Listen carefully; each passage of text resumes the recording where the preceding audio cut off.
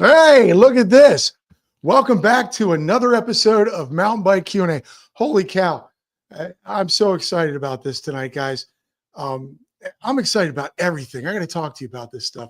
First off, I want to say thank you for supporting this channel, man. This is my 78th podcast, and every time I do one, I can't believe that you guys continue to allow me to do this, and it means a lot to me. I love everybody who comes on live and watches it afterwards, and then I still have it on the Spotify and the iTunes and whatnot. So if you're new, go ahead and hit those like and subscribe buttons. If you're listening on Spotify, leave a little one of those star thing. I think either stars or like something. Maybe even write a review. I greatly appreciate that, guys. It means a lot to me. For you guys to do that. Before we get to it, I went to a.k.a. Mountain bike trails up in northern Florida this weekend. I got to tell you, to the trail builders, I rode some stuff that I didn't think I would ever ride, but it's so dialed in, and I got to meet so many great people. I finally got to meet one of my friends that has been on this channel on my show, Maya Papaya, and Mr. Tonka and my buddy Amari, MTB Sensei, were there. And I remember I was just in the parking lot and I saw them going by, and I'm like, oh, can I talk to him? And I did, and I had a great time. But those trails are sick out there, folks. If you ever get a chance, go to a.k.a. We'll talk about it in a little bit. Also, before we start, I have to shout out to my buddy, Mike Mitchell, a.k.a. Run Bike Mike. I came, and in my mail today, he said, I'm sending you something. I don't know what. I got scared. I don't know if it was his toenail clippings. I don't know if it was just shampoo. He thought I don't even have that much hair. But he sent me this hover drone. Are you kidding me, Mike?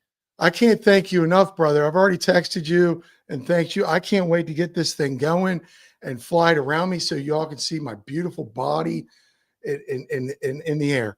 But Mike, thank you so much. I will use this. I appreciate you more than you know. When I see you, I'm going to hold you like a baby. So with that said and done, out of the way, let's get to a guy. He's sitting back and he's like, I got a family. Well, why does he keep talking? Can we just get to this podcast? So here we go, ladies and gentlemen. Let's bring on your favorite cyclist, or soon to be your favorite cyclist. Henry, what's going on, brother? How's it going? It's going good. It's going good, man. Did you see this? That's a sweet little drone. I was checking that out. I don't know if do you have one? I don't have one like that. I got like an old, like the original DJI drone, and it works, but it's not that small and that cool. This one just flies on its own, and it follows you. Oh, forward, backward. It does like a whole spins around you. I just downloaded the app. I'm so excited. I don't have one of those. I got flying mine. It's not as fun. I'm sure you've got tons of gear. He actually just texted me, but I'm all about you right now. Let's bring on Yarna, the fractured rider, dude. Hello, bit banged up, but I'm here. He's in Finland. Oh, wow. Okay. Yeah, he's in Finland. Thanks for stopping by, brother. I know you're doing a lot of skiing out there right now, but maybe it'll thaw. I don't know. Maybe you'll get back on that bike. It could be like here in Reno, where we haven't had any snow yet. It's weird this year. It's like 50 degrees today in January. So it's 80. It was 80 driving home. I'm in Miami, so we're actually going to get a cold snap. That's why I keep hearing all these places that don't get cold are getting cold, and then we're really warm for right now. And it's like, what's going on right now? What's going on with this? Yes, I'm at 62 degrees tomorrow, I think, is our high. You got to help us, man. We don't own pants down here. So you're in Reno. Yeah. And that's Nevada, right? Yeah, up in northern Nevada. Yeah, just Okay, outside of California. Oh, really? You're like a hop, skip, and a jump? Pretty much. The California border is like 10 miles from where I live, so it's pretty close to, if for some reason I want to go to California, I can go there. So Oh, wow. That's awesome. Do you ever get to Yeah. ride out there? Oh yeah. So it works great because I mean we're well like an hour from Tahoe, from south to like South Lake Tahoe, so we can go there and ride whenever we want. We're like 45 minutes from Everstoke, which I'm sure a lot of people have heard about. Hmm. Or 45 minutes from like Quincy area where there's Mount Huff and Mills Peak and all that good, all sorts of good trails all around here. So I Oh, can kind wow. of pick and choose whether I want to ride like desert trails or if I want to go up in the mountains and ride the mountains, whatever I want to. So Oh, that's awesome. Man, you got your pick. You got your state and another state to get to.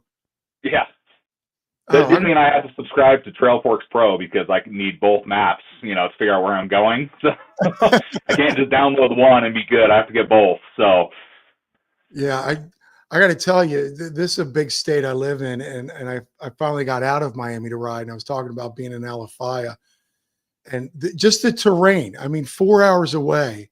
Actually, it would be five because it was an hour from my buddy's house, who was 4 hours away. It's so amazingly different. oh yeah, It, I had so much like it's all here is just flat and a little punchy climbs and stuff like that. But out there, if I didn't have my e-bike, I just got a new e-bike. If I didn't have that, I've been sucking wind halfway through most of those trails. Oh, yeah, it it's was kind of the difference here. You don't in here down in Nevada in the desert. It's mostly kind of flowy trails for the most part, and then once you head up just 45 minutes up mountain, all of a sudden you're hitting like gnarly chunk all the time, and you got to yeah, adjust your bike either way to figure out what you're depending where you're going to ride and make sure everything's dialed in and you're not going to smack a rim or anything, coming down a trail. yeah. You got to remember to change stuff. You got to change stuff up. There was so much chunk out there, and again, I got this new bike, and I honestly, my buddy was riding a like a 15-year-old Cannondale, and with 26-inch 2x1 tires. The head tube was pretty much straight up and down. And oh my gosh, I don't know how he did it, but he's incredibly fit. So he was doing everything. But enough about me. This bike that I got, I said if he could do it, I can do it on this. And then he goes, let's go. I think this is a good double black. I'm old, dude. Like if I look at something, I know I don't know how old you are, but getting better after a fall takes a little bit longer. Yeah, it is a little bit to get back on and do it again. So yeah, Yeah, so I wanted to be safe, and I just thought it was. I was beyond myself. I was a kid in a candy store with all these mountain bike creators that I've known and meeting, and then riding stuff that I didn't think I could. But when you're riding with somebody, you're like, well, he did it.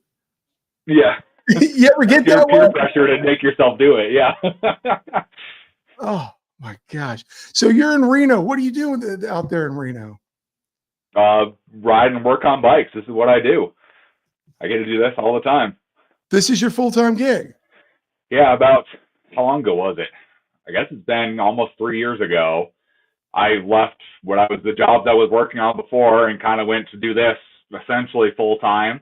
Kind of was a kind of swap jobs with my wife. My wife is a teacher, so she went back to teaching, and then I went to stay at home and kind of be a stay at home dad while doing this, whole YouTube video content creation all, pretty much full time from there. And I've been doing this for 3 years full time. Wow. So yeah, it's a ton of fun. I just kind of get to do, pretty much I get to play with bikes for my job for what I get to do for a living. So Wow, that's amazing. I know Colorado Kid just announced that yeah. he's going to be going full time. He actually announced it on this podcast Oh, uh, okay. at the end of last year, and he was like, "Well, if you could keep it like within the podcast," because I was like, "Oh, I've got my reel," and he's like, "No, no, no, I want to make this." So, what was that like? What was that conversation like, or that thought? First, the conversation with your wife to do that. Yeah, so I mean it really that conversation started back when I first back when I first started my YouTube channel back in like July of 2018 was kind of when I like proposed to my wife that I want to do this crazy thing and make bike videos and but potentially change this into something I do full time, for what I do for a living for good. And so I kind of started back then. So when it came up 3 years ago that I was kind of tired of my job, I didn't want to keep working there. it was a pretty easy kind of like, okay, well, I can figure out my, get teaching something, and you can just stay at home, watch our daughter, and you can kind of do your own thing. I was making a little bit of money at the time, so I was able to at least afford to keep myself going on what I was doing while her paycheck kind of floated the rest of everything. So it all kind of works out good for now. I bet you that was a little like, what did you do before? Oh, first of all, Zach, Tumor Warrior, you're not late. You're never late. You're here. Oh, no, you're good. We're good. Also, I wanted to get to Fractured Rider real quick. Took a fall with skis today. I don't know what 48 kilometers an hour straight to the chest is, but otherwise, okay. I've been enjoying my Trek Rail 5, going to work with it in the snow. Brother, like 25 miles an hour. That's gotta hurt. hurt. It is. I can't do that. That doesn't sound like it felt good, though. Be well, brother. What did you do before you were a content creator? Yeah, so I've kind of worked in the automotive industry for a long time. So I was a service advisor for Sears Auto Center before they closed down, before they went out of business. Mm-hmm. And then I worked at a dealership. Then I worked selling parts. And then I worked kind of heavy equipment. So I kind of did a lot of like automotive stuff before coming into here. It's kind of my other passion besides for bikes. As you kind of see, there's like Hot Wheels kind of behind me. So, you know, that's kind of what I liked. What my other passion is, like, makes a little more money. They made a little more money than working in like a bike shop. So yeah. So you're a tinkerer. Yeah. Oh yeah. Love to Yeah. tinker. If you saw my videos, yeah, I kind of like to make my own stuff and just figure out, like, when companies send me products that don't work for whatever reason, or I can't get it to work, I pretty much make it work and make it work together, and whether they like it or not, I make it work. And I tell everybody, this is how I made it work. You guys can do this too if you have this problem. So this is that square. I can make it fit in the circle. Yeah. It'll go in there. Yeah. Was it a scary leap to jump in? I'm just intrigued by content creators that are actually I was just talking about this with my buddy this weekend. This is a job. This is a job title now. Yeah. I kind of changed it to where it's all kind of on my schedule. So I mean, it works better for me than having a regular, day, 9 to 5 job every day for me, because I like kind of the freedom to do what I want, when I can fit it in, and be able to, for me, just being able to shove everything, if I want to go on a trip in the weekend or a trip for a week, I can shove everything, till like the week before, get everything all prepped, and pretty much take a week off whenever I want to take a week off, and can manage it from wherever. And, I could work, at midnight, I can work at 8 in the morning and kind of do whatever I want to do.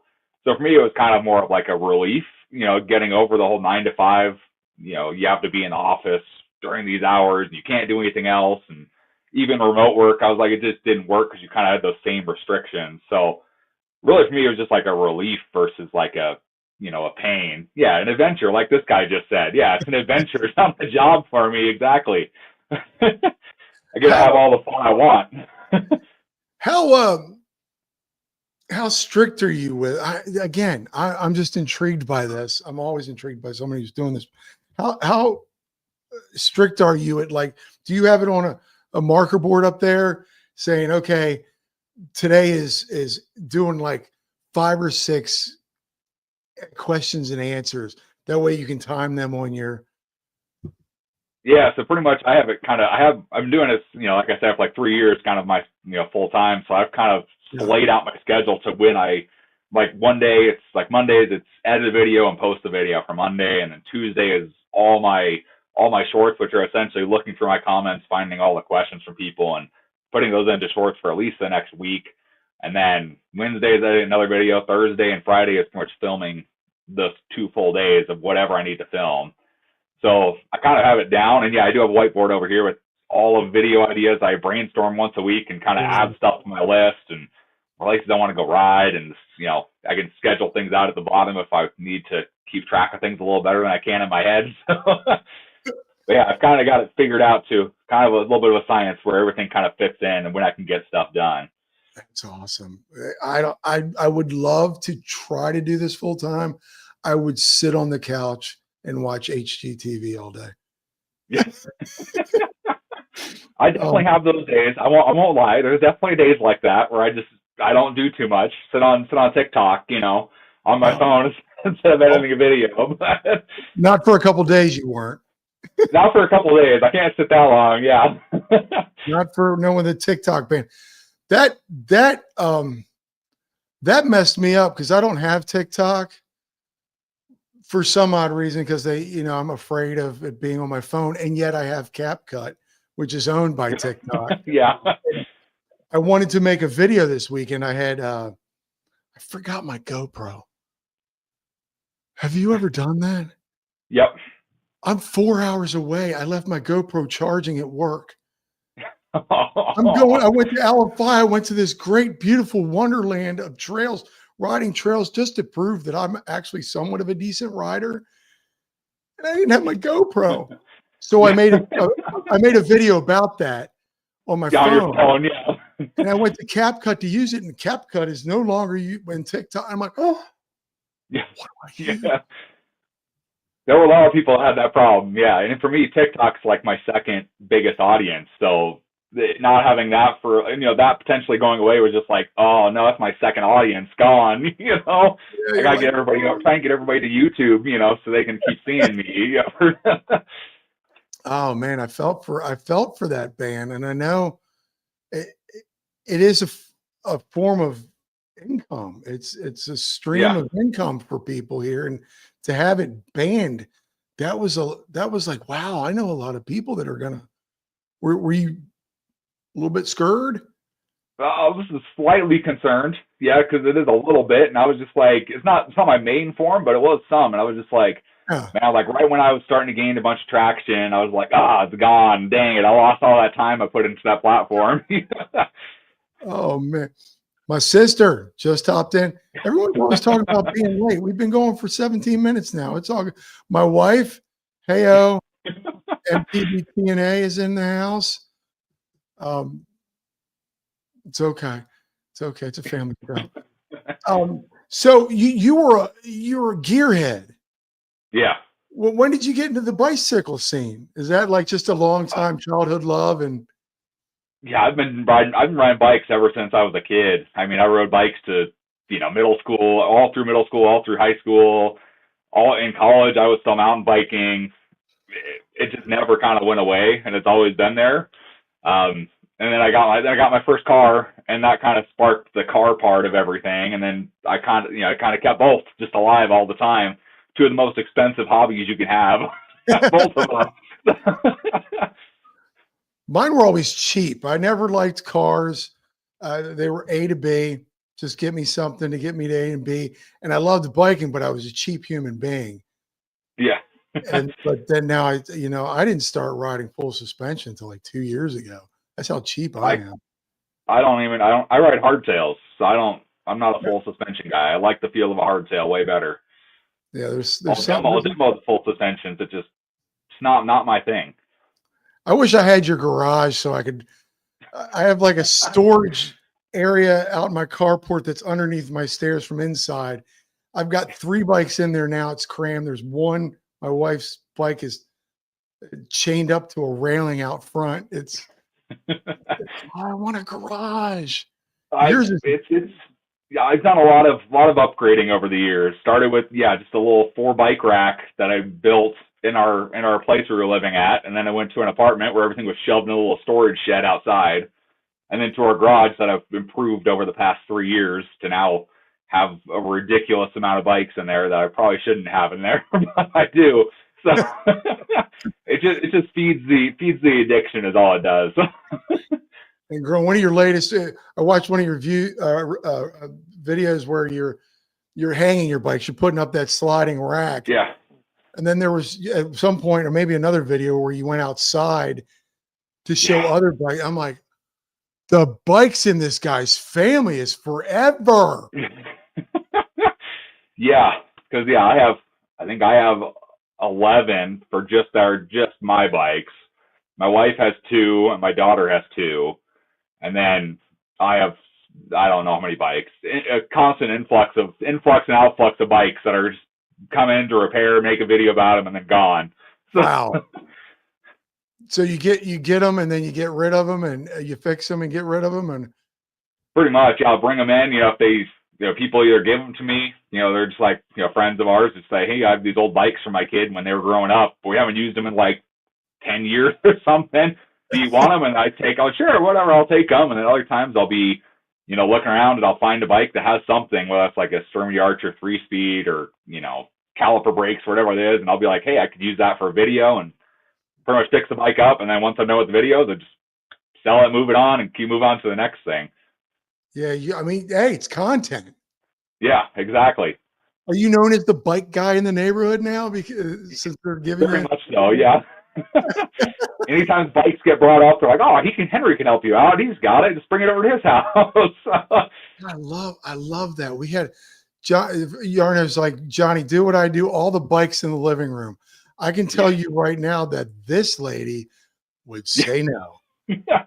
Yep, that's kind of the wife draws the line for sure. Yeah. My buddy Dave Urell from back in Maryland, my buddy growing up, is here. The motto of time: if you're early, you're on time. If you're on time, you're late. And if you're late, you're really fucking late. Okay, I got it now. Yeah. So the bike, I was back to the bike guy. Did you ever? We had a guy in our neighborhood, Mr. Oh my gosh. What was his name? He was just down the street. And if you had you blew a tire or you needed something, he was always in his garage working on the neighborhood kids' bikes. And you'd go, Mr. Oh, I'm bad. Can't remember. And my sister just threw it in there. Mr. Walters. Are you that guy? Are you Mr. Walters? Kind of, yes. I'm very much so, enough that my daughter knows I am. And so when my daughter finds some kid at school, because we ride our bikes to school every day, so when she sees a kid in the the lockup area that has a flat tire from riding through the thorns in the morning, she's like, "Oh, my dad can fix that. Just bring it over to our house." So I'm like, "Oh, gee, thanks. All right." They ever crack you off a couple bucks and yeah. Little kid gives the you most part, no. I just kind of I just do it. Just being nice. They're little kids. That's one of my big things is just getting kids on bikes too. It's better to have them on a bike than inside playing on their video games all day. So. I love you. Just brought me back. That was great. Did you have a guy like that in your neighborhood? Or you were just growing up? I mean, it was me. It was me even as a kid. Neighbor kids would bring their bikes over and we would just fix them in the garage. That was me. That was still me growing up. Wow, this is in your DNA. And that's where look, so we both got our hats on tonight. Yeah. That's great. Your favorite cyclist, because you're not so much mountain bike. Yeah. It's not Mr. Mountain Bike POV sending sick jumps and stuff like that. And I wrote that down in the description, and it's in your description. You're a great resource for cyclists. Yeah. That's what I try and do. Try and cover kind of anything and everything you could think of. And that's why there's so many bikes in my garage, is because I have everything and anything you could think of in there. I mean, it not only lets me just test stuff out and try stuff out that I've never done before, and that might interest me, but it gives me stuff, because, I mean, even like road bike drop bar bikes, there really aren't very many like how-to videos or YouTubers really talking about that much. And so whenever I post a video about that, it always gets blown up really fast because nobody talks about it at all. So I kind of just be that person you can kind of come to if you have a bike question. There it is. It's on my channel. This gravel bike craze. Yeah. And it's got me thinking, because I have no room. I'd have to get rid of one of my bikes. And now that I have the e-bike, I have the YT Izzo as well. And it's so funny. I don't know if you have an e-bike or have you ridden an e-bike? I've ridden them. Yeah. I've tested them out. I rode my acoustic bike, if you will, the other day, just going for a street ride because I need to get my lungs back too, since I got this e-bike. And I felt like I was riding on a flat, towing a sled. Oh yeah. It was so weird. And I'm thinking, if I got rid of that, I could trade it to a gravel bike, and then I could still get my lungs. How do you like the gravel bike? I like my gravel bike. So yeah, I have the Poseidon Redwood is where we're at when I have my gravel bike. They hooked it up, and I've actually liked it. It actually kind of goes along nice with where I started. So I actually raced cross country bikes for a little bit, Oh and wow. that kind of takes it back to that was back in what was that like 2011 or something like that, 2010, 2011. And back then, cross country mountain biking is essentially what gravel cycling is now, Yeah. where it's not where it's the flowy trails, nothing super gnarly. Whereas your cross country now is more of your more aggressive enduro riding now. Yeah. And so I like gravel cycling a lot. It gets me away from the cars, but not in the mountains, and it's nothing super crazy where I'm going to get hurt every time I go out. So, Yeah. it's a little nicer when I just want to kind of chill ride out in nature and enjoy it. Yeah. So you like your Poseidon? Yeah. If I were to look into maybe owning a gravel and getting rid of one. Yes, I like Poseidon, dealing with Poseidon bikes. They're direct to consumer, so they ship you out the bike in a box, you put it together, and they're pretty much they come kind of basic out of the box for a pretty affordable price, but then you can upgrade that because it comes with all the good standards that are nowadays. You can drop new components on it as you outgrow it, as you get better at cycling, as you don't want hydraulic disc brakes, swap out to hydraulic disc brakes. You want a carbon fork, throw a carbon fork on there, different wheels, whatever, you can do that. So it's a great bike I feel, to start with, and then you can kind of grow. As you grow in cycling, the bike can grow with you. So you're not jumping a bunch of money on bikes all the time. Yeah, that's the thing about my new bike. I will never upgrade, but for you and me, for the other bikes, Yeah. that's the problem with us. Yeah. Our wife's like, "What's wrong with your dropper post? Yeah. What's wrong with that stem? It came with the stem." It's Yeah. like, I want a new one. The trick is you just crash on your bike and you blame it on a part, and then your wife will just say, "Yeah, go ahead, swap that part out. You got it." She's watching. She's, "Oh, sorry." No. No, honestly, I can't say that about her. She's the one who bought me the new one, and it's more than what I would have bought. But I love her, and I love that bike more than anything. I'm not sponsored, but YT Decoy Core 4 is an incredible beast of a machine. So you drop your job. Yep. Before you drop your job, you started a YouTube channel. Your favorite cyclist. How did you know we were going to like you so much?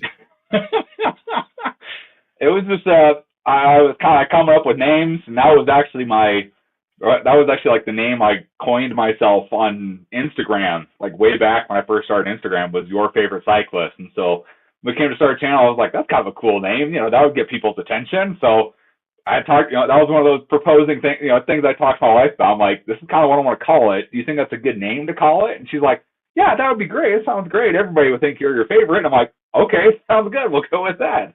And it's stuck since then, and people know who I am, and it works. You got a great logo. Yeah.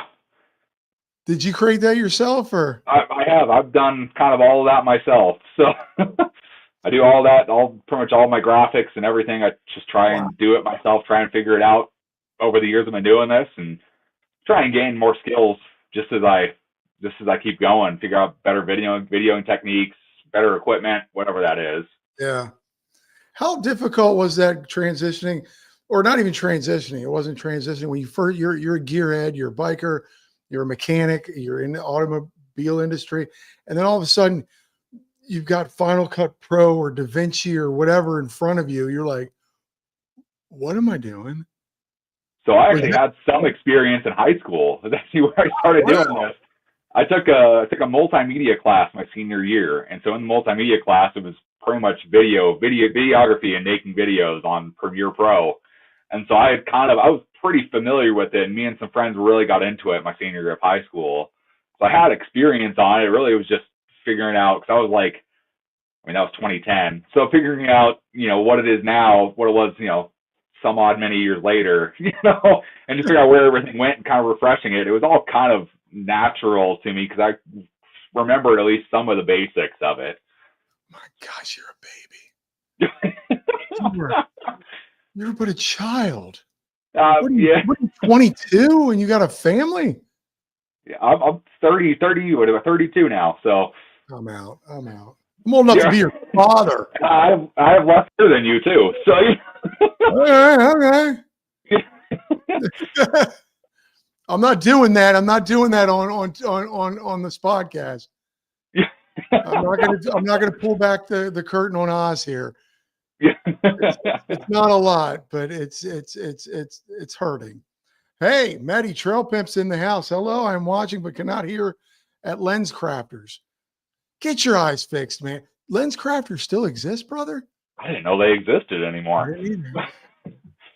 Oh God, my sister's gonna start an ice crunching channel. Gonna get Stanley, Yeti, and Terry's to sponsor me. Oh man. Always chewing on the ice, that girl.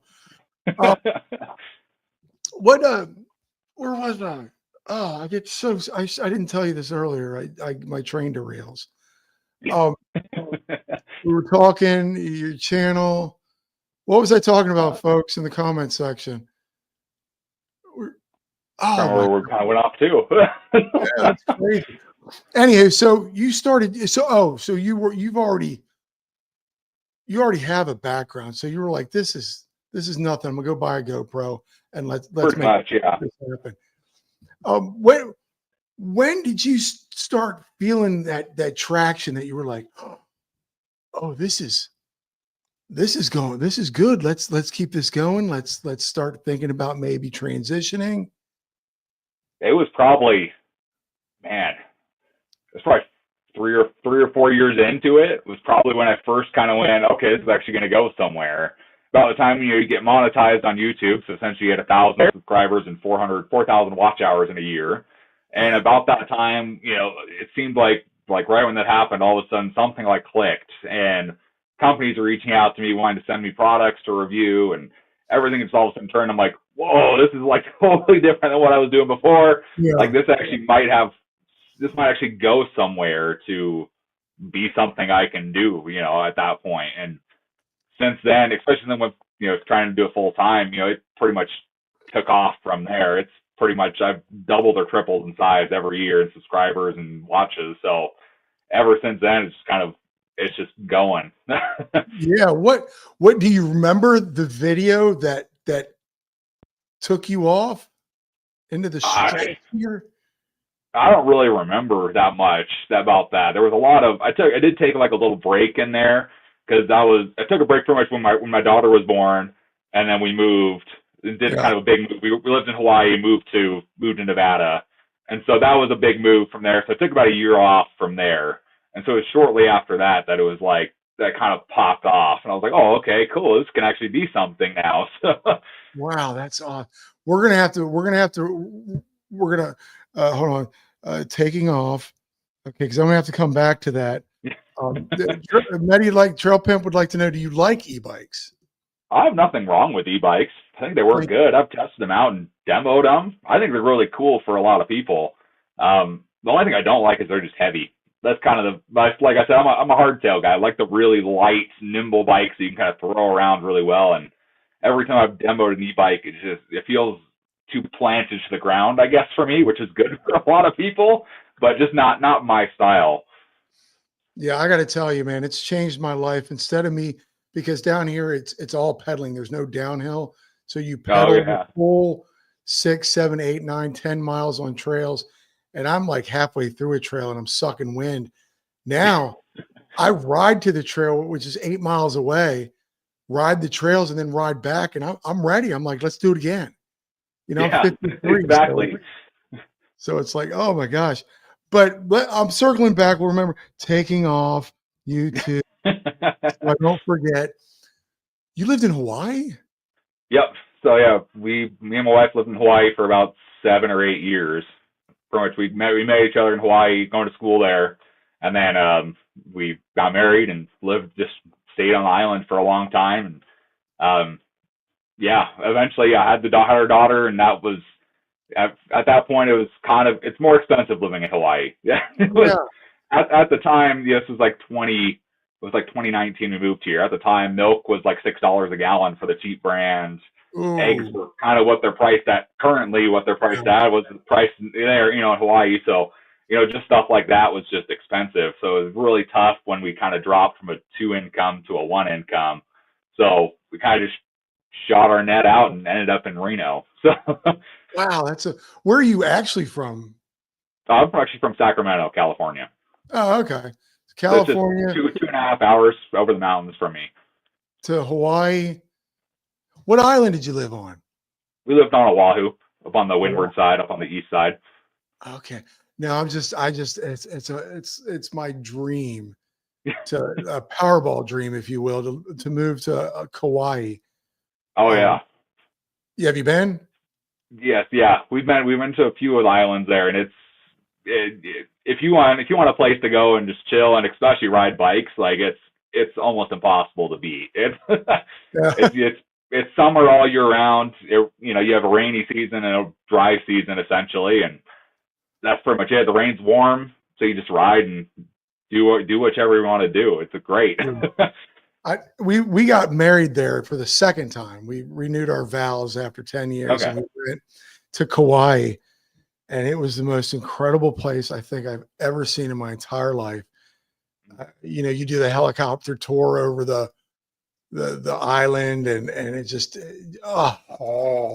just Hawaii itself, just the atmosphere, I guess. Well, even on the Big Island, we went to the Big Island of Hawaii, and it's just, man, forget about it. Yeah. You left it. Yeah. Yep. We were there for a long time. It actually turned out pretty good because then pandemic happened shortly after, a year after we left, and pretty much the island's locked down for pretty much a year and a half. So it would have been pretty rough to be there through that with essentially a 1-year-old at the time. So it would have been rough to stay there. Oh, stuck on an island, a beautiful island. Yeah, exactly. Eddie, yes, he does live in Reno. Do you ride Sky Tavern and North Star? I've ridden Sky Tavern before. Sky Tavern's pretty fun. Me and the guys there don't quite see eye to eye on everything, but I like riding there. It's pretty good. Me and just the people there, it's just not quite.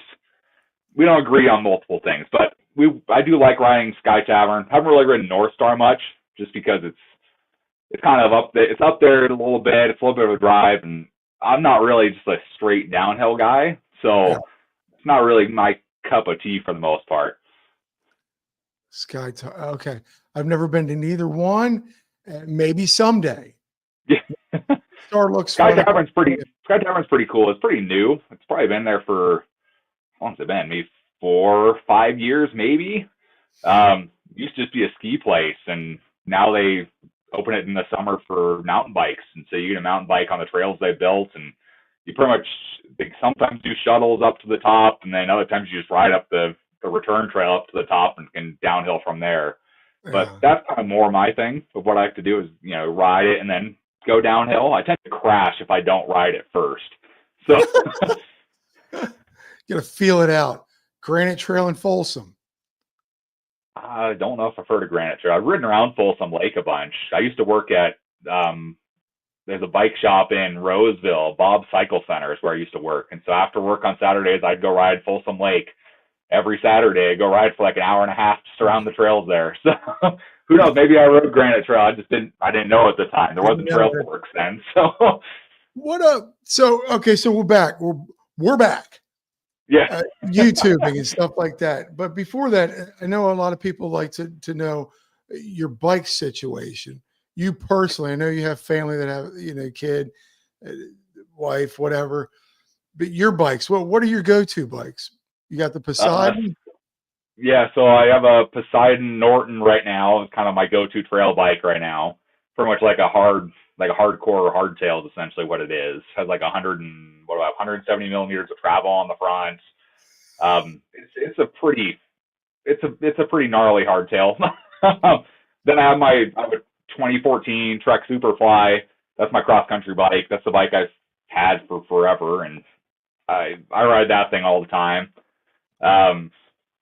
I can go on and on. I have a fat bike. I have a fat bike, jumper.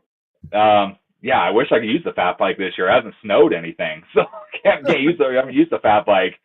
I have my first mountain bike I ever bought. It's like a Trek 3700.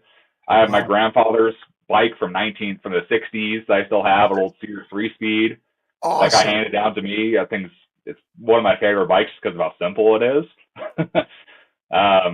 And yeah, I have a road bike and then a gravel bike is essentially what I have. So kind of have the full selection. Oh yeah, and I have a little micro BMX bike, a little tiny guy, little one of those little has like little wheelbarrow wheels on it. Yeah, I've seen that in a couple of your videos. That's Yeah, funny. I How have that. hard is that to ride? That's a hit. That thing's fun. Because the cranks are like my dog's little legs. They're just they're like It feels like you're like walking in place when you ride it, just because it's such a small movement when you're pedaling. Oh, hold on. I gotta pull that up, man. You guys gotta see this. If you're listening on Spotify or one of those podcast things, I pulled up his YouTube page, Your Favorite Cyclist. I spelt it wrong up top. I gotta find. I had been hunting and pecking with your stuff because, like you do, you find something that interests you and you watch it. Where is your little? Come on. Oh, here it is. Look at this. There's some of them, yeah. The chain. Oh, look at this. New pedals. Are you riding in this thing? I don't think I'm riding in that one. There's a video where I actually took it to the skate park, but yeah. Now I gotta go back. Yeah. We'll find it, but it's just hysterical. Oh, here you are on a skid building a bike. Yeah, that's right. I think I'm on there for that one. Yeah, there it is right there. You built the skinny. I watched that. Come on, get on it. Where are you? Look at that thing. Handlebars on that. Oh, that's hysterical. The skinny, he's got this little, like, it's a clown bike. Yeah, it's what it feels like. It takes so much more effort than you would think just to figure out the balance point on that bike, because you're used to kind of leaning back on everything, with a longer bike. But that one, you kind of have to stay centered, otherwise you'll just flip backward with the hand over the back. A little crank. So no full suspension. No, he does not. No. Matty, and ladies and gentlemen, Run Bike Mike is in the house. Mike Mitchell. There you go. I already screamed your praises in the beginning of this, buddy. Thank you so much. I can't wait to use it on some video that nobody's going to watch. Nobody's going to watch it. You're talking about monetize. I'm just hoping to maybe get to 600 subs this year. The first 1,000's the hardest ones. I'll say that. Oh yeah, 3 years. Somebody told me 5 years. Wait, get your 5 years in. I'm like, I'll keep going. It's interesting because you have the time to do it now. Yeah. You've had the time to do it now. Exactly. Yeah. What was your schedule before when you had a job? You were like, I'll just put something out every now and then, or were you religious about that as well? I was still trying to do kind of the same thing right now. That was before the shorts were out. So I was kind of doing 2 videos a week. So essentially I was doing one where I would answer like a question. I call them bike quick talks is what I called them before shorts were a thing. And so I try and answer a question in like 5 minutes or less. And then the other one, I try and do like a ride or, build on a bike or something like that. So I would try and do 2 videos. Sometimes it was consistent. Sometimes it wasn't. Just depended on what my schedule looked like, honestly. Yeah. Yeah. My thing is with YouTube, YouTube is a tough one.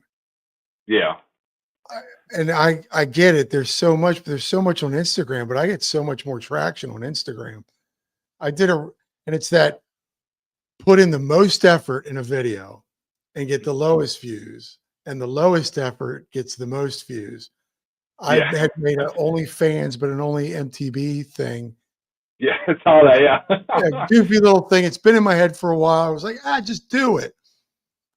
And 17 views on YouTube.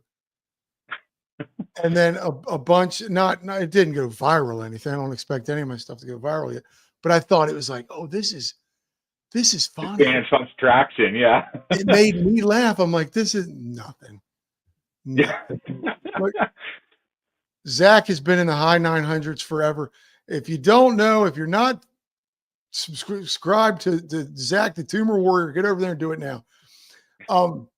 Do you ever feel that, being that this is your full-time job, you're like, this is going to do good. This is it. And then you're like, Yeah, sometimes I feel like that. So I put a lot of effort in one. It seems like, yeah, you put a bunch of effort into one video and all of a sudden that's the one that doesn't do that good for whatever reason. And then you put like little effort into another one of just like installing some whatever basic part that you're like, I might get like a couple of people searching this or whatever to find it. And that's the one that all of a sudden is like thousands of views. And you're like, what? Like, it doesn't make any sense at all. So, yeah. I can put my mediocre riding out there and I get tons of views. And that's why I'm so upset, because I rode so well in Alafaya and there was so much tech and so much scary steep. Like you had pre-ride, a re-ride, and then free ride. There were a lot of those signs every so often. I'm like, walk up to it and look down. I'm like, okay, I'll do it. I mean, this bike will absorb anything, but I was like, man, I know that would have been something. Oh man. So do you like Sierra Vista Park in Northwest? Sierra Vista Bike Park. It's a nice park. I like it. I worked with the guys at why did I just space on that? Biggest Little Trail Stewardship is our trail stewardship here. And I work with them quite often, going out and doing trail days or just promoting whatever they're doing. So I like working with them. They like it a lot. So it's a fun place to go. I just don't like riding the same thing over and over again. I like to kind of branch out and go different places. And I like the point-to-point trails a little bit better, where you're kind of riding somewhere and then riding back. I like that. But Sierra Vista is a great place just for beginner, anywhere beginner to intermediate to advanced, just to gain confidence, really. So, yeah, you got to get out every now and then, break away. Because I've said it a million times. There's some trail fatigue that I got going on here. Steve, Dusty Dutchman is in the house, folks. Ladies and gentlemen, hello. And my boy JT, the Dusty Dutchman, he's on a plane leaving Las Vegas. You little jet setter, you. Hopefully you won something while you were there. Yeah, I can't. You're over in that. You do the Vegas thing? No, not really. I mean, Vegas is it's like 7 hours south of us, so it's actually on the whole other end of the state. So I don't really go there, but that's kind of the thing. If people go there to Vegas, it's to gamble and make some money. So gambling, taking a show. Yeah, exactly. Oh yeah, he's going home to -5 degrees. Dude, why'd you go to Vegas? Come to Florida. I've got a day bed in my second bedroom. It's more than enough room for you. Well, so you say there's snow. Do you get a lot of snow where you're at? It just depends on the year. So I got the fat bike 2 years ago, and that time we actually had like a decent bit of snow like the whole winter, and actually worked out pretty good because I pretty much built the bike up and was dropping weight on it and whatnot, and like trying to shave as much weight off we could. And so I got taken out in the snow after every upgrade and see how it rode. So that actually worked out really good then. Last year I think we only got like 2 good snows, and then this year we have yet to see anything here in January. So it just totally depends on the year. Even the mountains, there's not a whole bunch of snow either. So it just depends on the year here. Yeah, I guess so. And fat biking is interesting. JT, the Dusty Dutchman, is a big fat biker in the snow. He's even got the tires with the little metal, the studs. Are you all up into that? And no, I don't use the studs that much. For me, it's just kind of riding. I have some land next door to us, so I can just go ride on the public land there. And pretty much I just take my fat bike with, the 4-inch wide tires, and just for the most part, just powder there. So you can just ride on it and not really worry about it. And that's one of the things I like about it is you crash on the fat bike, you're just landing in soft, fluffy snow. So it's not like you're hurting, you're hurt or anything. It's just, it's a cloud, and then you get back up. How the fat bike, I've seen guys ride them down here, and they had no suspension, but they were like, these tires are the suspension. Oh yeah. And they were great. I've never ridden one. It's another bike that I just sit back and go, would I need something like It's kind of that? an extra bike in my opinion. It's Yeah. not a bike I would say everybody needs. It's kind of one of those bikes like you want to experiment with something, you get a fat bike, and it's totally different. You run the tires like at 3 to 5 psi, and they just soak up everything. It's Wow. the weirdest thing. Yeah. Oh, you got to pump them up to like 150 and you can bounce everywhere. Yeah. Yeah, Oh mine man. I'll fill them up to like 20 psi in the summertime just to ride it around. It's totally different than the wintertime. It's funny. Oh man. Just riding in the snow is so foreign to me. Like I even have trouble riding at 60 because I gotta dig out a sweatshirt somewhere. Yeah. That was kind of for me, riding in Hawaii for so long, just shorts and a t-shirt, shorts in New Jersey, and that's it. And yeah, moving here, and all of a sudden you have the big fluctuation between like 110 degree days in the summer down to Oh, single digits sometimes in the winter. It's like I got to figure out winter cycling stuff. I've never had to deal with this before, yeah. so I've kind of worked on figuring out a whole winter cycling gear, what works and what doesn't work.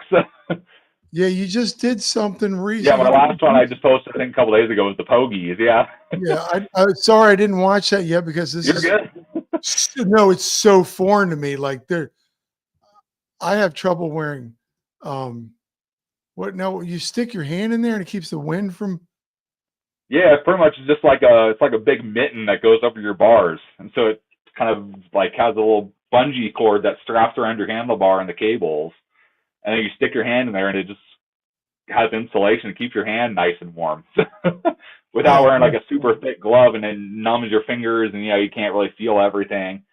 It's yeah. wow, that is so foreign. Does it get annoying that it's all the way up to your forearm or you're It like, really thank you doesn't for bug me being much. oh, that is Yeah. amazing to me. It That is actually so feels pretty cool. good. Yeah, I was kind of surprised. I wasn't sure how I'd feel about them, but after riding them for like 2 weeks, they're not bad. They don't bug me at all. So I'd rather wear those than gloves. So let's go back to your channel. You have I watched some of this because it reminded me of my bike rack. The what are they called? Like the tray RAK, I style racks. think. KAR. Okay. I don't know what the brand. It was an Amazon brand, and I wanted to see how much different yours was compared to mine. Again, I am extremely cheap. I refuse to spend like $800 for something to carry my bike. One of my first bike rack view, I think that was actually my second one. I used one of the Harbor Freight bike racks, the ones that hang from your top, bike goes on, top tube hangs from it. That's just I used one of those. It was like $30. I used that for years on the back of my Yeah. car, and it works good. Until Hollywood Racks wanted to send me out some racks, and I've used those ever since. But I have nothing wrong if it holds my bike securely. It works. Whatever. Yeah, mine was a buck, 150, I think, on Amazon, and I put it. I'm only with this one bike, and Yeah. it's solid. It is locked in there. Yeah. Now, since you are our favorite cyclist, um, you probably get and you do a lot of reviews. Have you been getting a lot of companies coming towards you and saying, "Hey, would you mind?"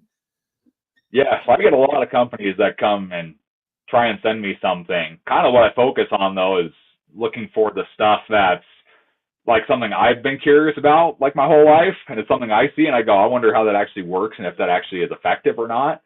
That's the stuff I go and try and find or try and I make sure they send it out to me so I can actually test it. And those are the ones that I find if I'm interested in seeing if it actually works, a lot of other people are probably interested in it too. So those are the ones I kind of aim for. And there's definitely I'd probably say about like 75% of the companies that email me, I say, yeah, send me the stuff. About 25%, I say, no, I'm not interested. It's not something I want to do. So I get motorcycle companies message me every once in a while. I'm like, I don't do motorcycles. Sorry guys, not my Yeah. thing. No, what so again, this is something things that you would be interested in Yeah. because you don't want to give a bad Yeah, exactly. I Yeah. don't want to give. I said that in that rack video. That's one of the ones that, yeah, they sent out, and I had to modify it to make it work. And even then, it didn't. It wasn't. It didn't make me happy buying. It didn't make me happy reviewing it. It just wasn't a happy one. And I said in there, like, I don't like giving bad reviews on stuff that I get. I like giving a good review, Yeah. but I want you guys to know that I'm being real here, and this rack is not very good. You don't really want to get this rack unless this is specifically what you're looking for. So I try and give good reviews. I try and give, as accurate information as I can, for people that are interested in it, so they know what they're getting into. Because a lot of Yeah. times you fall into the marketing jargon that all these companies use, and you just think, oh, it's going to be great, and it's not that great. Have you ever pulled back and was like, thank you, they sent it to you and you're like, can I send it back? Or you did the review and you were like, this is too harsh. Or I always wonder what that process is like. Those guys, I've had that a couple times, and those ones I normally pretty much if I review it and I'm like, this doesn't seem right to me, or this doesn't seem to work, I'll start reaching back out to them and just see what, either try and solve my problem that I'm having or, see what they want me to do. And I've either never hear back from them, they like ghost me. And so at that point I'm like, well, it's content. I'm going to post the video. It'll be entertaining at the minimum. So either post it or they solved the issue I was having, and so I'm able to kind of make an edit at the end of the video on, this was all my fault. I did something wrong at the beginning. Don't follow what I did. Do this way, and everything works happy. So that reminds me of your action camera video. Yep, that one was one of them. Yeah. And I was watching it, and honestly, a lot of these companies, like, you're going up against like DJI and GoPro and all the Insta360 and something like that. I would be like, thank you. Maybe not. Yeah. I like to do them every once in a while. I did another one a while ago, and it like compared with the GoPro I had at the time, halfway decent. And so I was like, well, let's see what a new one is like. It's been a few years, and yeah, about the same. It hasn't really changed much in that time. But are you reaching out to these companies, or are they reaching out to you? A lot of them actually reach out to me. I do reach out to some that I'm like specifically interested in working with them because I feel like it's a great fit. Like Poseidon Bikes, I reached out and talked to them at Sea Otter, and was like, hey, I feel like my channel and your bikes are like perfect fit together. And I talked to them there, and we've had a great partnership ever since then. So, if it's something I really am interested in sharing with people and I think it'd be a really great thing, a lot of times, they'll work with me on there. But I definitely get a lot more companies just reaching out directly to me, wanting to send stuff out. So yeah, I'm always afraid to ask. I don't know why. Well, because I have such a small channel. I'm not big numbers here, and I'm always thinking that some people would sit back and like, oh, nobody's going to view that, not enough. But I honestly believe that some people, and I've had some companies send me stuff, and I think sometimes some of the smaller channels or instas or whatever are kind of a cool place to go, because thank you for sending me something and you're not paying me. So you darn right I'm going to start promoting you. Yeah. Because you were nice enough to do this for such a little channel. Yeah. I found a lot of them. I think I did like a review for hand up gloves way back when I first started my channel, and it was like first reviews I did, and I just did it just because I liked their gloves, and I had a pair. And afterwards, I think it got like maybe like 20 something views, and I tagged them on Instagram on it. I did this cool video about them. And they're like, oh, that's so great. We'll send you out a free pair of gloves just for a thank you. And they sent me out another pair, and I'm like, oh, okay, cool. I'll make I found I just, worst they say is no, or worst they say is they don't respond. And it's kind of like, okay, whatever, I'll just move on from there. There's so many different companies out there. It's not like it's a huge, oh, they didn't say anything. Maybe I'll try again in a year or something. So, yeah, I guess you're right. I should treat it like I treat this podcast, in the fact that I asked you to come on. Yeah. Or I asked whoever to come on, and it's amazing. I mean, it's so, and I thank you all. Thank you, Henry. I can't believe, like, all these people are just like, I remember in the beginning, I was so nervous about asking people.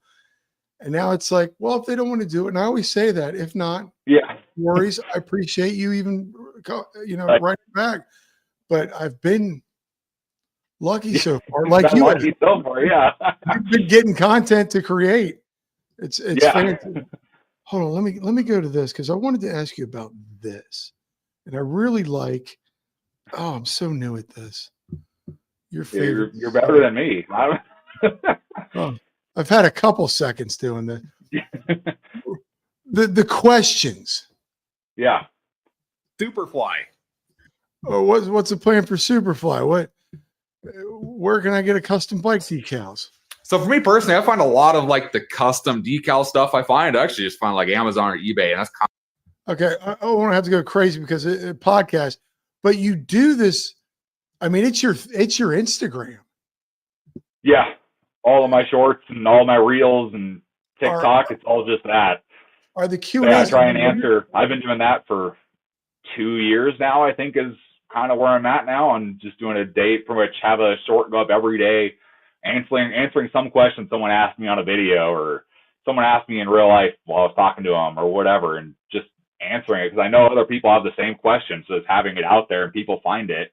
And again, it just gives them a place they can come to for whatever cycling question they have. They can pretty much find an answer on my channel somewhere. Yeah, I really like, there's certain little bits that you find in somebody's whatever, like Biker B1 we were talking about earlier. I loved his 90-second reviews of products. Yeah. There's little things of people's channels that really stand out and that you really like. And I love, since we've been following each other, like you're in the algorithm now. Yeah. So it's like, oh, there he is. Here he is today. Here's the new Q&A. And I really look forward to those. Those are a lot of fun. Do you find that they get a lot? Yes, I'd say for the most part they do pretty good. They do about equal on between. Instagram for me is always one of the rough ones. I've never had a good time on Instagram. I don't know why. Some people do. I just don't. But like on between TikTok and YouTube, they get pretty equal views, and some of them obviously it's more of a common question, I guess you could say, that a lot of people want to know the answer to. So it shoots up, through the roof way more. Like, what kind of lock is best? Where I shot it in the bike aisle at Walmart and just looked at all the bike locks they had. That one's one of my most viewed shorts I've done was just that one. So some are like crazy, some of them just kind of like just average, but for the most part, they always get views, and it's one of those things that I don't mind doing. It's something that's really super easy. I don't have to come up with content creation. It's just whatever people ask, I just answer it like I would to anybody else. And are all those comments from your YouTube, and you're like, I find this to be an interesting question. I think it can help a lot of people instead of just one person. Yeah, pretty much. Yeah, there's just someone asked it on YouTube on a comment or something, and yeah, I just pull pretty much every week. I just go through and just scroll through all my comments and pick seven questions and just answer those 7 questions, and I respond with a link to their comments. So anybody else that sees it can just click right to the short and get the answer right then. That's incredible. That's just a great idea. Is like, and it's connecting you with the viewer. Yeah.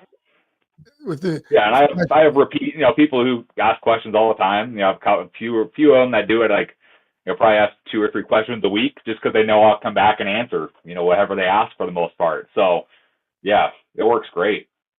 Hey, Mike, if you're still watching on Zwift, he's a Magic Shine guy too. Oh yeah.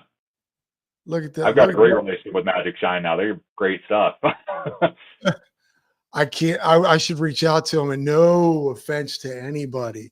No offense to Magic Shine. I'm sure your stuff is incredible. I've heard nothing but great reviews from Henry, your favorite cyclist, and Mike. And your I was just looking at 7,000, almost 8,000 subs, folks.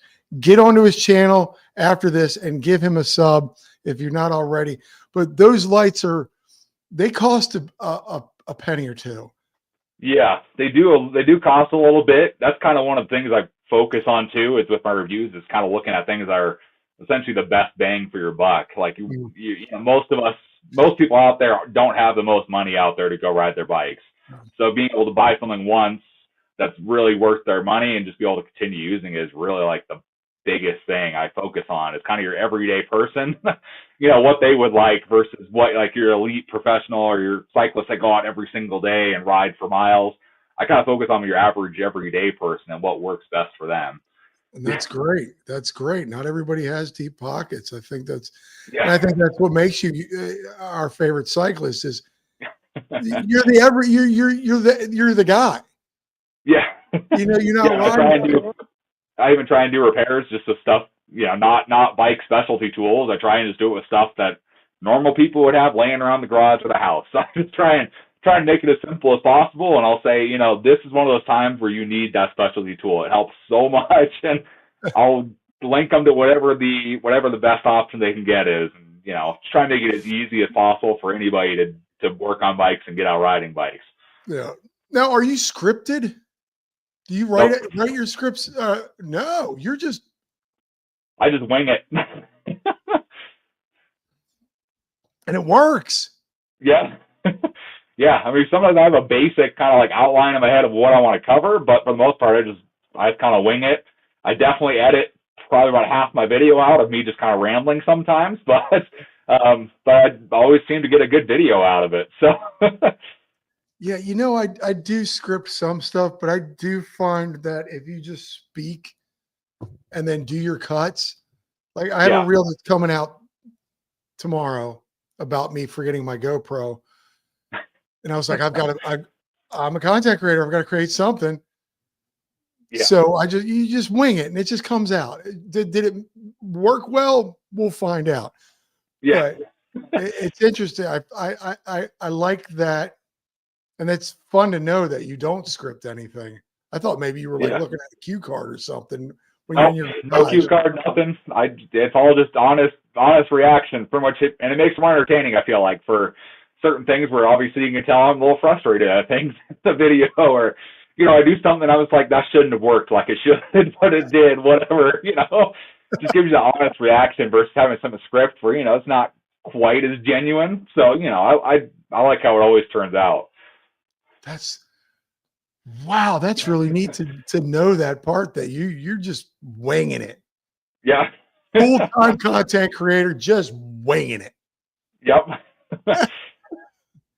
Success. Check. Yeah, the only time I really plan anything is if I'm going to like an event somewhere, like Sea Otter or Mountains to Meadows or Tahoe Bike Festival or whatever that may be, where I kind of have to figure out beforehand, because I'm only there for, a day. I got to figure out what all I need to film and what everything I need to cover, in that time. But other than that, 95% of my videos, I just go in the garage and start filming.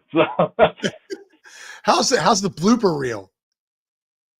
Oh, it's pretty funny. I don't put it out, but it's pretty funny. Oh, you got to. I love putting out my bloopers. My bloopers get pretty, like I try to keep mine PG-13 here. If you want to, which you can, I try not to. But my blooper reel, there was one that I kind of like cut some of the bad stuff out because but man, doing the whole, hey folks, Johnny U here, mountain bike Q&A, like the thing I did today for you. Yeah. There are some times where I'll do 20 takes and there is some language that comes out of my mouth. Have you ever thought? Some videos I do, I leave like my bloopers or I crash or whatever. I leave that in there. One of those is the mini BMX video where I took it to a skate park for like the first time, and I totally ate it off of. I went to do a little bunny hop off something. I hit the ground and the bike just flipped out from under me. And I just landed like a turtle on my back, and I was like, oh! I just laid there for a little bit. Oh man, this is what I like your laugh, man. This is what got me into this kid, folks. Is you've got such good energy. Thank you. You do. You've got your videos really like, and I said in my description, you start binging a little bit. I started like, it wasn't like I found one of your videos and said, okay, that's good. I was like, oh, let's go into his page. And then just start searching. Again, I can pull it up. Not ashamed. I always tell this. Sometimes if you watch on the phone, it doesn't show up on this. But you get to scroll and you get to picking and hand picking and checking things out. And it's like, this guy is fun. And that's just a compliment. You don't have to say anything, but I really enjoy your videos, man.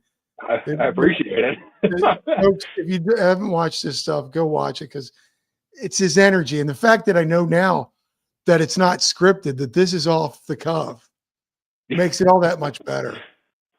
Oh yeah, I try and keep it fun, try and keep it real. That's just who I am. I just gotta keep it in the moment, keep it going, and have fun. Well, you're also, this is your full-time gig, so we're all a little bit fucking jealous of you. Mountains to Metal Trail. Oh, we were talking earlier. You have been to the place of what we would all think of dreams to have our son. Everstoke? You've been to Everstoke. I have. What was that like? Was it everything Brian and Aaron? Yeah. Anything you dream of, it's there. It's, if you have the chance to go out to Everstoke, go out to Everstoke. Like, that was well worth it. We spent, was a Labor Day weekend there, and just being able to we camped inside Everstoke, and you get a ride all day. Your setup, your camping setup's just right there. So each lap you can stop by, refill your water, whatever, go for another ride or eat lunch, and then head off for more rides afterwards.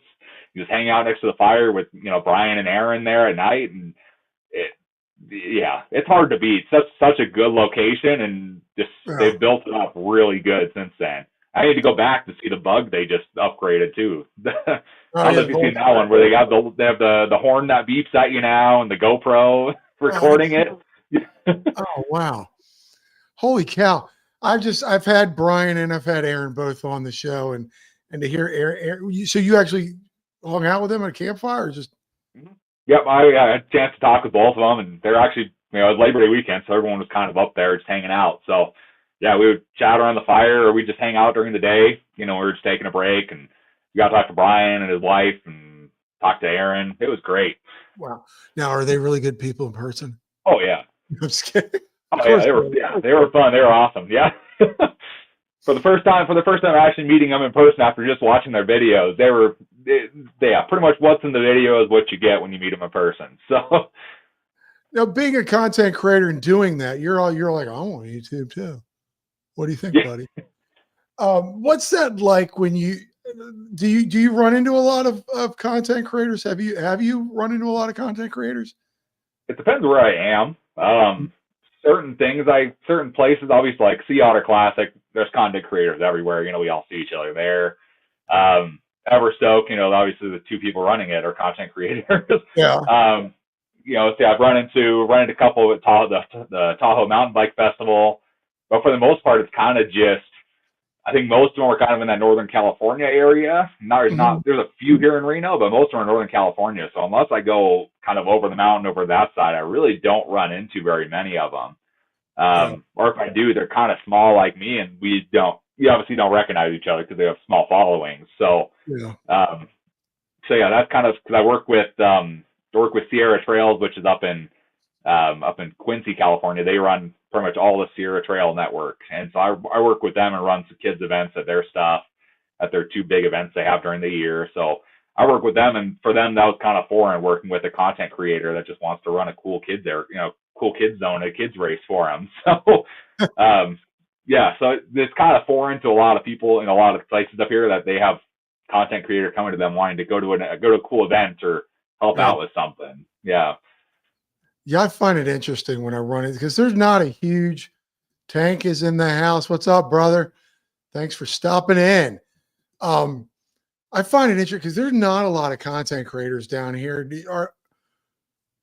Are there a lot where you are? I mean, I know you said there's some in Reno. Most of them are kind of more like a BMX and fixie is kind of what they ride, more than mountain bike or anything like that. I think there's a gravel guy down there. But yeah, they're not really mountain bike guys as much over here. Yeah, it's interesting. I was at a trail here once, and there's a guy called the Professor, and he's a big Instagrammer, but he doesn't speak English. It's all in Spanish, but the guy is an incredible, like maybe one of the best, probably, I'm not saying, he may be one of the best mountain bikers down here. Wow. Like his content is incredible. I see him jumping over 6-foot dudes. It's a table and the guy's standing there and he's well above the guy. It's just amazing content creator. But I don't see too many down here. So when I Yeah. do see them, when I do see like this weekend, I saw 3, and I'm like, oh. And then when I got to California, I'm like a kid in a candy store. I'm like, look at you! It's the Outsider. It's MTV Allen. It's Yeah. Tank. It's Spokesman. It's the I haven't met Dutchman yet. Darn, I'm gonna meet him this year. That's But how it was for my first time at the Sea Otter Classic. Yeah, it was like the first time seeing a whole bunch of, content creators I knew. And you're just like, whoa, that's Seth from Burn Peak. That's so-and-so, so-and-so. You're like, whoa, this is crazy, And you still get that when you show up to somewhere and there's other content creators there. You're like, oh, this is cool. They're here too. All right. I'm in a good place right now, That's the funny thing is like, unless you're a content creator, most people don't even recognize. Like, I'll talk to other mountain bikers, and I'm like, oh, I had just had, I was giving out stickers to some riders, and I'm like, oh, I have blah, blah, blah coming on next week. I don't watch YouTube. And as content creator, you're like, you don't watch YouTube? Yeah, how do you know how to ride a bike? Yeah. Yeah, it's kind of funny because I've been going to Tahoe Mountain Bike Festival for 3 years, and was it last year? I think it was. The Colorado kid came up to it, and he came to the festival, and like everybody knew who he was. He's a lot bigger than me, and I've been there. I've been there a couple of years, so everybody's like filming him, and I was right behind him when he's filming some of his reels of him dragging the log across the park and stuff like that, and I'm just like, oh, okay, I got to see, someone who's a little bigger than me kind of in action. It was kind of cool. Yeah, that's interesting. Just being a content creator is just a whole. Oh yeah, it's a passion project, really. I mean, for you it's a job, but what is when you sit back and think about what you're doing? And I don't know if you sit back and think about what you're doing, but you started this thing. And it's getting momentum, and you're reviewing, and you're doing this. Like, did you sit back and go, I made the right decision. I'm living a happy life right now. Yeah, I do that pretty frequently. Yeah. I started this 6 years ago, and I'm like, it's finally somewhere where I can kind of do what I want to do. If I want to go ride a day somewhere, I can go drive out there and ride a day and make a cool video about it. I can I could talk to companies. I got to review stuff that I never thought I'd be able to review, or I never thought I'd actually see. I get to test that stuff out and share it with other people. It's kind of hard to not think I'm living the dream right now. No, you really can tell when you tell other people what you do for a living. I'm like, I make YouTube videos for a living. They kind of stare at you for a second, like, you do what? Like, how do you do that? And at that point, you're like, okay, I'm kind of doing something cool that most people don't even think about doing at all. Yeah, that's a job. Yeah. And does your wife come home after screaming kids in her classroom all day, and we're like, well, did you get a good ride in? Yeah. I have to watch sometimes what I say and what I tell her right when she gets home. I can't be like, oh yeah, I got these $900 worth of products today that I get to test out, and they're so cool. I kind of watch what I say sometimes and kind of judge based on how she is that day, whether I should tell her right then or wait a little bit longer. You gotta feel her out. Let her settle. Yeah. Let her have some. Hold on real quick. Back to the Yarno. Got their. Oh, we're on the Magic Shine here. Got their 6500 for my handlebars. Lights up the whole neighborhood. And got the 1600. That is 12 years old. Still works like brand new. I might have to look into them or reach out to them. Yeah, there you go. They're one of the Chinese companies, so that's one of those ones I'm working with at midnight. Sometimes emailing back and forth while they're awake and I want to go to sleep. So, what's your favorite video to make? Do you like the reviews? I like making the videos where I install something and see how much of a difference it made on the bike. That's kind of my biggest one. So whether I'm kind of working on one right now where I'm trying carbon handlebars for the first time after riding aluminum for forever and seeing how much of a difference carbon handlebars actually make on a mountain bike. I'm working on something like that, or I've done videos on, putting a dropper post on and seeing how much of a difference that makes on dropper post, or, skinnier tire, different tire, whatever that may be. I like those videos because you can actually, I'm able to see the results right off the bat. And most of it shocks me that there's that big of a difference between it. I think I did a brake pad one last year with center brake pads, and that was one of the ones I was just like, these pads aren't going to do anything. They'll just work the same as the original ones did, and ultimately like cut down the stopping distance by like 60%, just swapping out the pads. And I was just like, in the video, you can hear, I'm like, I can't believe these actually work. They do what they say they're going to do, and they do it really well. Oh, yeah, the review thing. I really like watching reviews. You should put the dropper post out sooner than later, because I'm about to switch out my dropper posts on both my bikes. Okay. I'm going to need that, sir. So I was one of the first ones to go for the cheapest dropper post out there. I went with like a Transex dropper post on my Superfly, like when I first started, and it was like 50 or 60 bucks for a full dropper post kit. And that was like the cheapest one at the time. And that was one of my biggest videos up until probably a year ago, was just people looking at the cheapest dropper post ever. And so that's honestly what I'm kind of stuck with. I'm the cheap dropper post guy. I buy the cheapest dropper post I can buy, that's cable actuated, and run it until it dies. Yeah, if it works, man. Exactly. I'm like, it does what it needs to do. I really don't care. I'm going to crash and ruin it anyways. I can tell you right now that is where I will draw the line. Sorry, folks. I will never get an electronic wireless dropper post. Nope. And I don't care what you guys say in the comments. I'm still learning my dropper post, because it's nothing I used until a couple years ago, and I didn't need it. And then this weekend at Alafaya, I didn't realize how much I needed it. Oh yeah. It was weird how much I used it. It was so, get that seat out of the way. Oh yeah. I had no idea. I mean, I got to tell you, man, YouTube Alafaya. It's oh, agreed, bro. One of my buddies died on our last ride. The battery died on his dropper post. Oh, battery died. Okay. My buddy's exactly, yeah. Battery died. I'm like, should we take a look at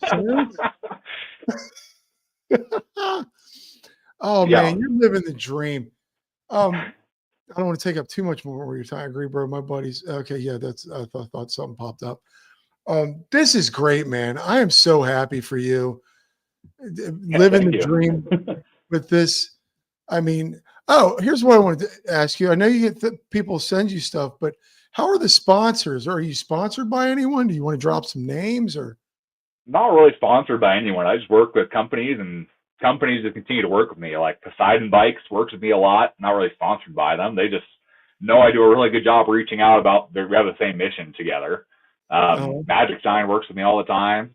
I don't really have any sponsors other than myself. So, I just run it and just keep working with the same companies that kind of have the same vision and vision and outlook I do. Yeah, I guess being sponsored. My worries is being sponsored. I know some people in the chat are sponsored, or people that will watch this later are sponsored.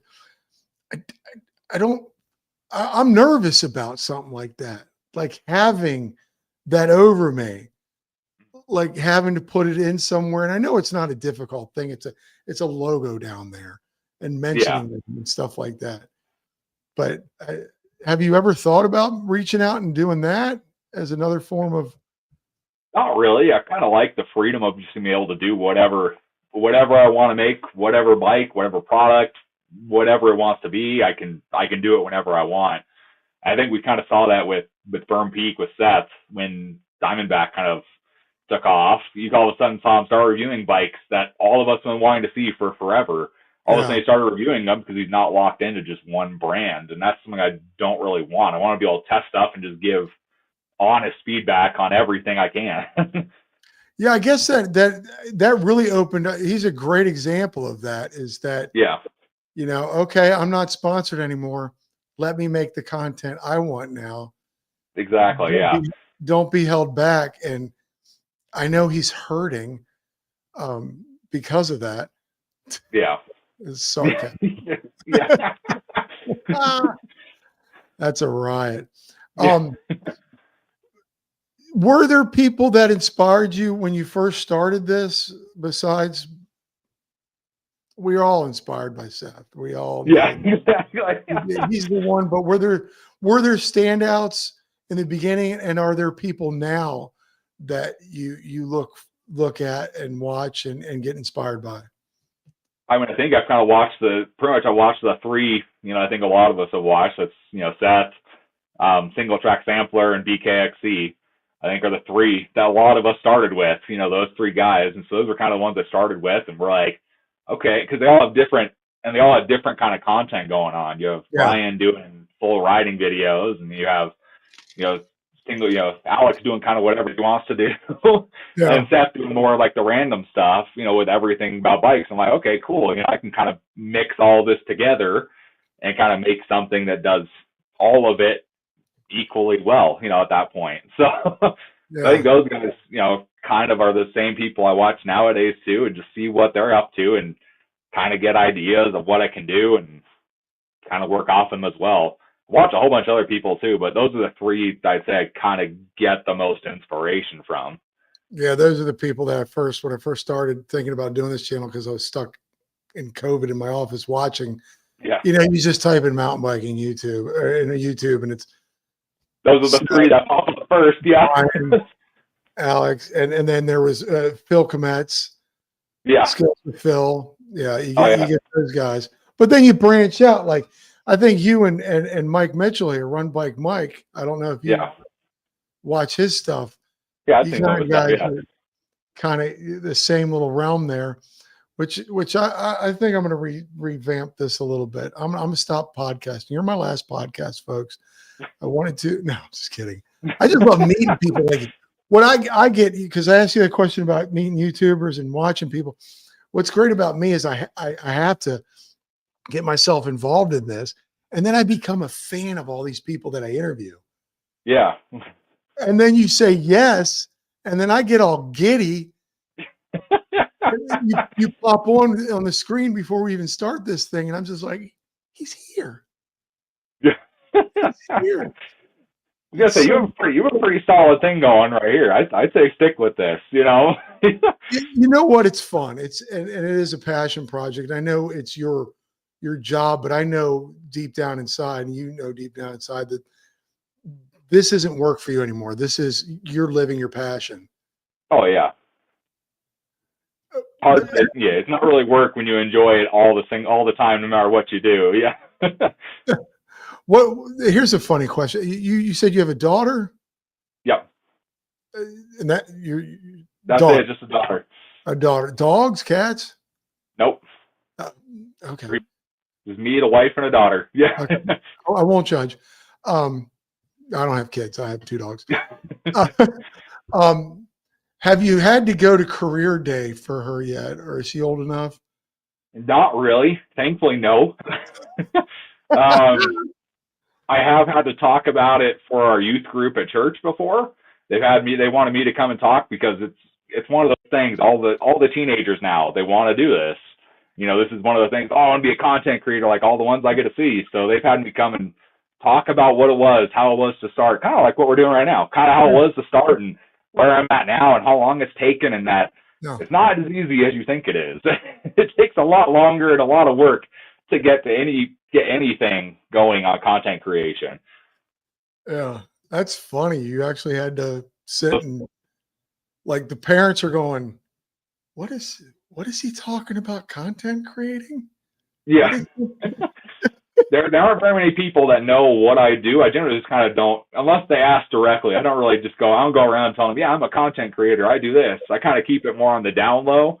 Otherwise, I know I'll just be stormed with people asking me questions and trying to figure out how it all works and everything. And I'm like, better just keep it, just to me, unless you ask about it. I don't want everybody that I know to know that this is what I do. Sure, they all do. Yeah, if they see my hat, they go, oh, what's that? And then they kind of figure something out. You're at a cocktail party, like, so Henry, what do you do for a living? Yeah. Content creating? But, like, what do you do for a living?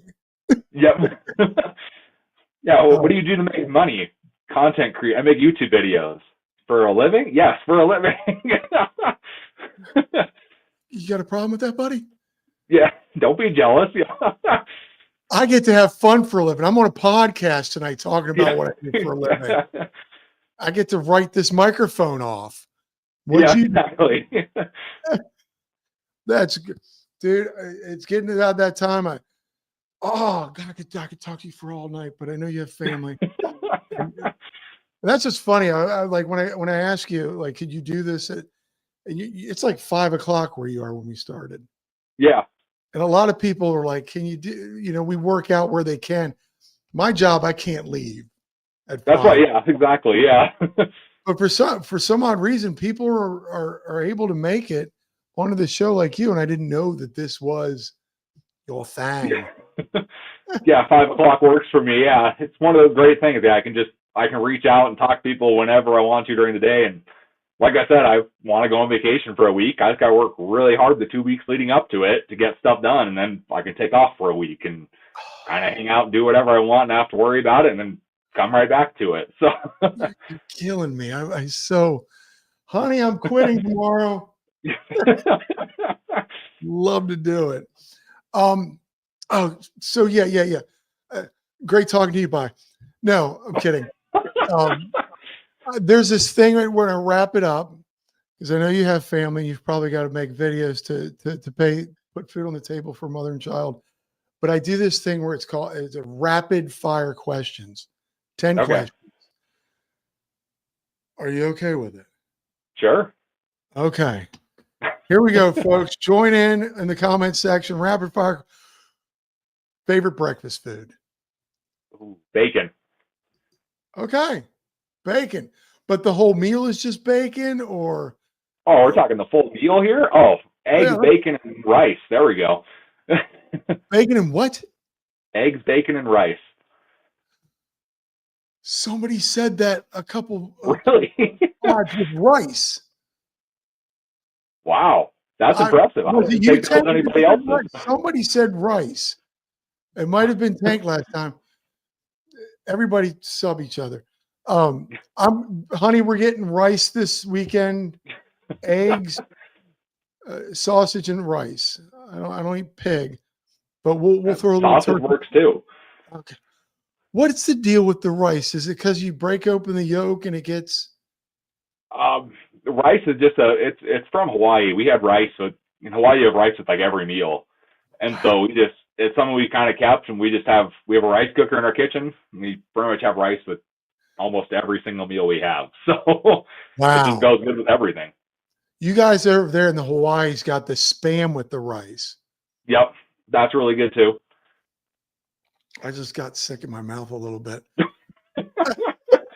No, because I used to eat Spam as a kid, but I don't eat pig anymore. But I'm one of those when in Rome. Yeah. I will do. So I saw it in a 7-Eleven. I was getting a drink in Hawaii. And I saw it in 7-Eleven. Best place to get them.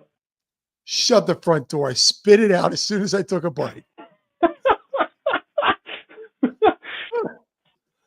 Oh, really? It was 7-Eleven was the best place to get it? 7-Eleven is really good in Hawaii. That's where you can get some good Hawaiian food. You'd be surprised. It's not like here. It's totally different than here in like the mainland. It's totally different. What's that called? It's called a musubi, a Spam musubi. Musubi. That's right. Yeah. My wife says she's going to need a condiment on that rice. What are we looking at? Do you throw anything on there? I don't put anything on it. I know lots of people do. Foodland here, this guy knows. Spokesman knows what's going on. Yeah. Foodland Spam musubi. Oh no, I think I got a batch that would have been sitting there for a while. The Spam was kind of mealy. Oh. Did one of those. Being punished. Might make some good Spam musubis too. Yeah. It smelled like we were being punished for sins against humanity. That's why I said rapid fire. Yeah. What is something you wish you enjoyed more of, musubi? Ooh, I enjoyed more of? Oh man. Man, that's a tough one. I don't know. Climbing up hills, riding my bike up a hill. Oh, there's an answer. Yeah, no, I can't stand it. I don't. Yeah. There are people out there that love the climb, Yeah. and Not me currently. No. there's a mental health issue in this country, and those people have that problem that love climbing. I don't mean to make fun of mental health, folks. I'm in therapy myself. Pupukia, North Shore Foodland. What's that? How do you say it? Pupukea. Pupukea. I feel like we should censor that somehow. Okay. Favorite guilty pleasure TV show? The Office. That's a guilty pleasure? I don't know. Sure. Okay, yeah. That's one of those I shows. don't watch that much TV shows, so that's one of those shows I've only watched on the airplane. Yeah. Back in the day when you could watch like ABC or whatever it was on. Yeah. Should I binge it? Is it that good? I do. That's just me though. I've always liked it. So I already said mine earlier. It was HGTV. Oh yeah. I'm not a handyman whatsoever, but I like watching people build stuff. It's fun. Just throwing it out. Finished project. I've been doing a lot of this last 5 minutes with my hands. I don't know what to do with my hands. Yeah. Describe your favorite sandwich. Favorite sandwich? Just a standard crunchy peanut butter with apple jelly. Jelly. Just some bread. Yeah, apple jelly. I don't remember. That's kind of a new thing. Me and my daughter found that at Walmart a few months ago, and that's like my new favorite thing. I don't remember the last time I had a peanut butter and jelly. That's like what that's my go-to for lunch almost every single day. So wow. In high school, I remember coming home, or even junior high, I remember came home, made a peanut butter and jelly, and then ate that, and then went out and played some more or did whatever.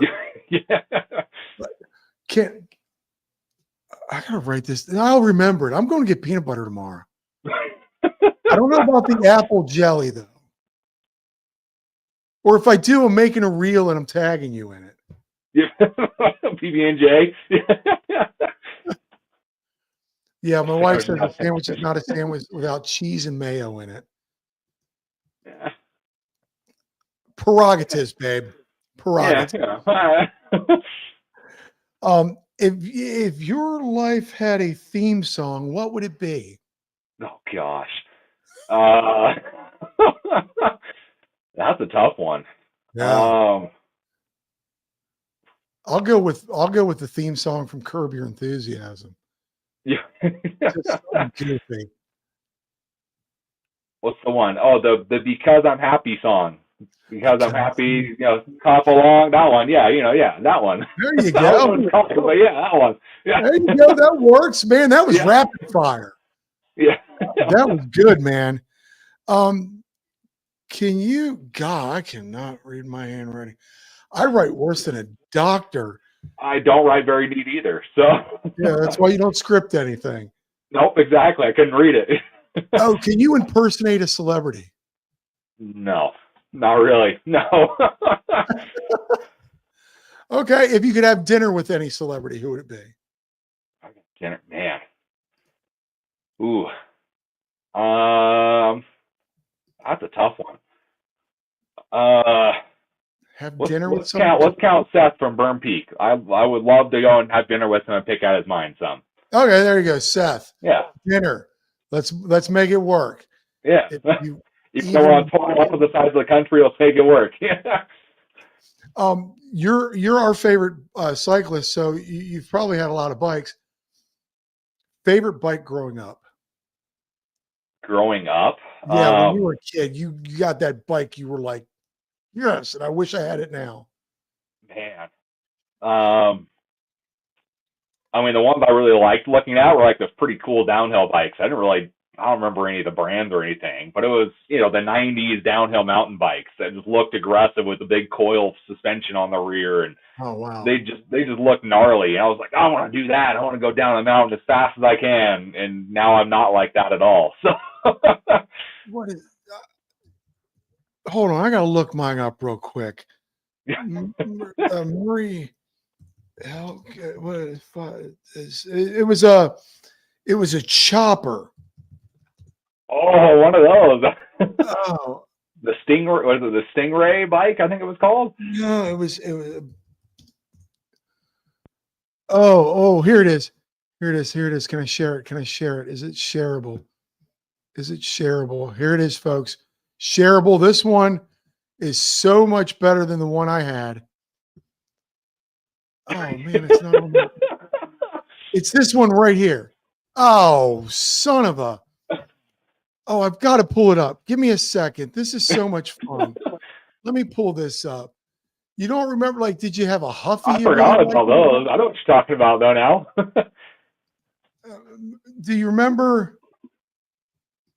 Hold on here. No. Did you have like a Huffy or? I had like a Huffy growing up. I never really had a name, like a big name brand bike till high school. Oh man. I had my, hold on, let me shrink this. If I can pull this up, get rid of that. I'm sorry, I'm taking up too much time, folks. I know you want to go home and go to bed. You're good. You're good. And stop listening to me. It's only 6:40 here. I'm still good. I'm up for another few hours. There it is, folks. Oh, yeah. There it is. The 1970 Murray Firecat 20-inch chopper bike. Look at that. I remember my dad getting me that. Santa getting me that. And it was one of the, you don't wrap it.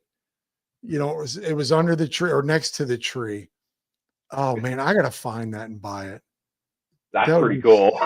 So much fun. Okay. Most beautiful place you've ever visited. Hawaii, of course. But you lived there. I know, exactly. I visited there. Okay, I'll be more specific. The island of Molokai in Hawaii was my most beautiful place I've ever been to. Molokai. I don't even think I've heard of that. Very small island. We went and rode a metric century ride there. And that was by far the most beautiful island I've ever been to. It's amazing.